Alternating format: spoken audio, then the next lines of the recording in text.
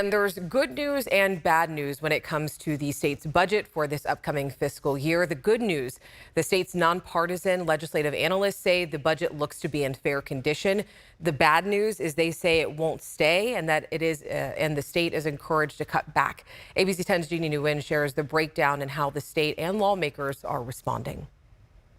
On Wednesday, the Legislative Analyst's Office, known as the LAO, forecasted the state's budget for the 2025 to 2026 fiscal year. We describe the state's budget condition as being in fair shape, and we would describe it as being roughly balanced. Predicting a relatively small deficit. We described there being about a $2 billion deficit for the budget year for 2025-26. Last year, the LAO predicted a $68 billion deficit. Governor Gavin Newsom disagreed, estimated it to be $47 billion. The LAO credits the state legislature for closing the gap this past year, but believes the next few years aren't as promising. The subsequent 3 fiscal years after the budget year, we estimate there to be pretty significant operating deficits emerging in the range of $20 to $30 billion per year. They say the state is facing a weaker economy with unemployment increasing an additional 25% compared to strong labor markets in 2019 and 2022.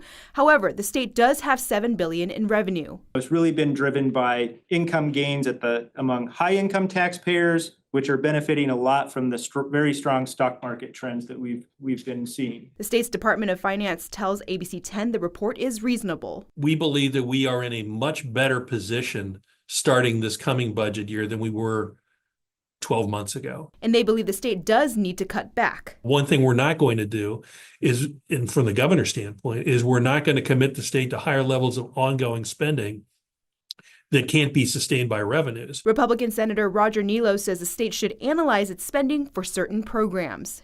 We need a robust analysis of existing programs and whether or not they're doing what we expected them to do when they were established. And if they're not, we need to eliminate those programs and therefore cut expenses. In Sacramento, Jeannie Nguyen, ABC 10. And you might be asking yourself, what does this all mean for state jobs? The LAO says that this year, the state did not add any new jobs, but is working to fill vacant positions. If you do want to read the report for yourself, we have it all posted on abc10.com/to-the-point, along with other lawmakers' responses.